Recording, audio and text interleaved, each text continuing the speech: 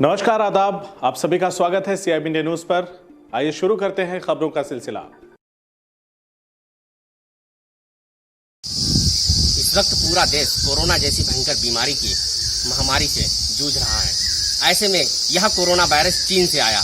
अब ऐसे में चीन युद्ध की तैयारी कर रहा है। इस वक्त हमारे साथ बजरंग दल के पदाधिकारी मौजूद हैं। आज उन्होंने चीन के राष्ट्रपति का पुतला फूंका और चीन की सामग्री को भी जलाया। उन्होंने ऐसा क्यों किया, हम उन्हीं से ही जानेंगे। आज कोरोना के माध्यम से पूरा विश्व परेशान है। बताने की आवश्यकता नहीं है।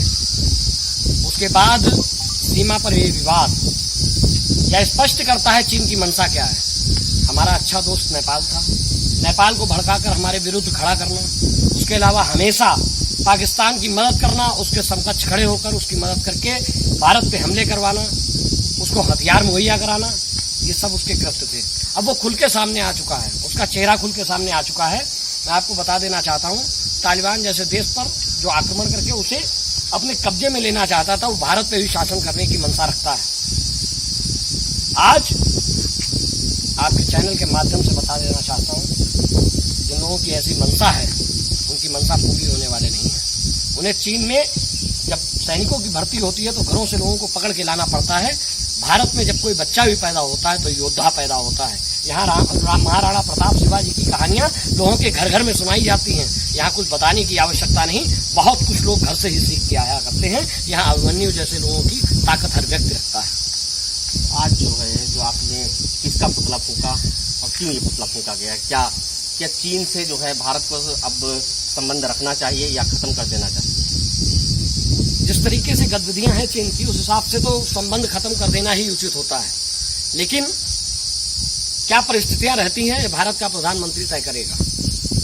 हम लोगों को हर तरीके से चीन के सामान का बहिष्कार करना चाहिए। और चीन के राष्ट्रपति शी जिनपिंग का मैंने पुतला फूंका है और पूरे देश में ये आग जल रही है। हमारी समझ में कोई ऐसा कस्बा, कोई ऐसा शहर, कोई ऐसा नगर नहीं रहा जहां शी जिनपिंग का पुतला ना फूंका गया हो, वहां विरोध ना हुआ हो, प्रदर्शन ना हुआ हो। यहाँ का हर एक नागरिक राष्ट्रवादी है। क्या जो वीर जवान हमारे जो शहीद हुए हैं उनको भारत को जो है बदला लेना चाहिए चीन से? मुझे नहीं लगता है कि जो वीर जवान हमारे शहीद हुए हैं उनका बदला लेने की आवश्यकता पड़ेगी। उन 20 जवानों ने शहीद होने के पहले उनके 350 जवानों को खत्म कर दिया था। वो अगर कहीं खत्म हुए हैं तो उनके जो हथियार थे उनसे चोटिल होके खत्म हुए हैं, उनकी गोलियों से नहीं खत्म हुए। और बदला तो लेगा ही भारत। समय आने दीजिए, एक एक चीज का प्रत्यक्ष और प्रमाण दोनों आपको मिलेंगे।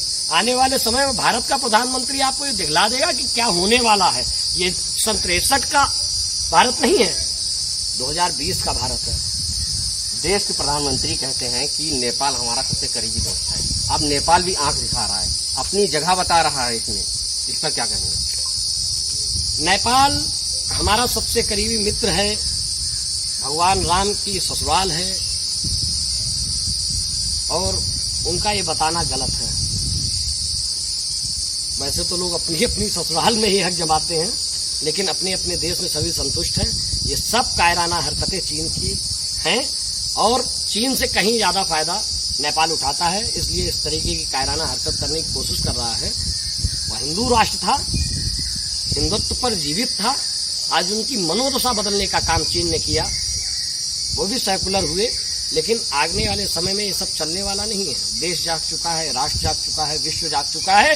सनातन धर्म की संस्कृति में विश्वास रखने वाला पूरा विश्व आज कोरोना के माध्यम से जो पीड़ित है वो भी केवल संस्कृत पे ही जिंदा है। उसकी संस्कृत से ही लाभ उठाने के लिए तत्पर है और कोई माध्यम नहीं मिल रहा है। भारत की संस्कृत ही इसका प्रमाण है। एक एक बात का उल्लेख यहाँ के ज्योतिषों ने किया और एक एक बात सत्य साबित हो रही है। एक एक विषय सामने आ रहे हैं। हर 100 साल में ऐसी महामारी चलती है और कोरोना भी खत्म होगा।